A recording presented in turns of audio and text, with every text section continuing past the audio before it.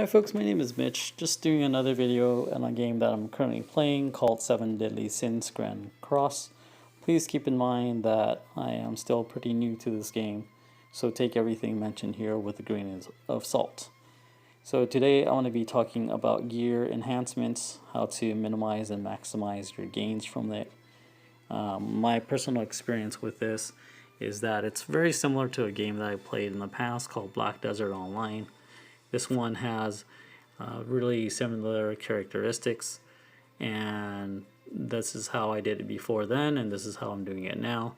This game does give you a great pity system. What I mean by that is that if you notice, once you start failing a lot, then your enhanced failure gauge will increase, and when you use it, you will use some of that percentage, and then it will increase the success rate.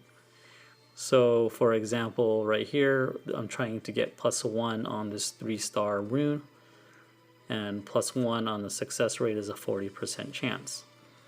If I were to try to use it on something else, like a 4-star, the success rate is 20%, and the cost of that is 2,500 coins, whereas the 3-star is 1,600 coins.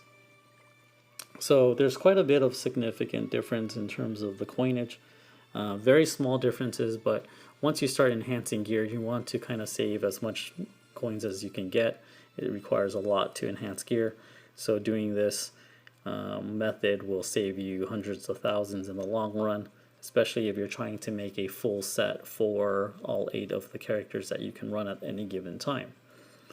So what you want to do is you want to get any item that you want. Usually what the people are saying is they use common gear, C ranking gear. Even though they have lower base stats, it's a lot easier to enhance the bonuses that they get.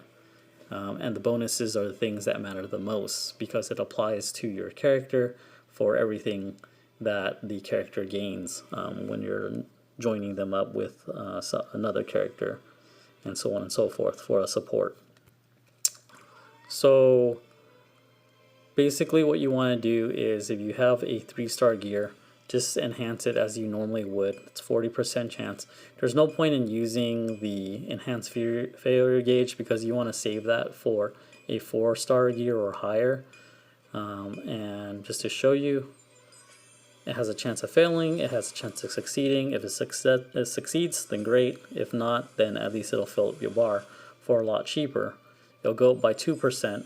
If you try to do it at 4 stars, it'll go up by 3%. And the difference between the two is quite substantial enough where you will actually save a lot more money doing it this way than if you were to do it the normal way. So right here, what I'm going to be doing is I'm going to enhance this rune here. I'm going to be using this. It's going to take 20% of the enhanced failure gauge, and it's only going to cost me one time of 2,500 instead of several repeated times of 2,500 and failing pretty much almost every single time. It gets quite frustrating, and you waste a lot of runes. You waste a lot of resources. Coins and runes altogether. Coins and the enhancement materials.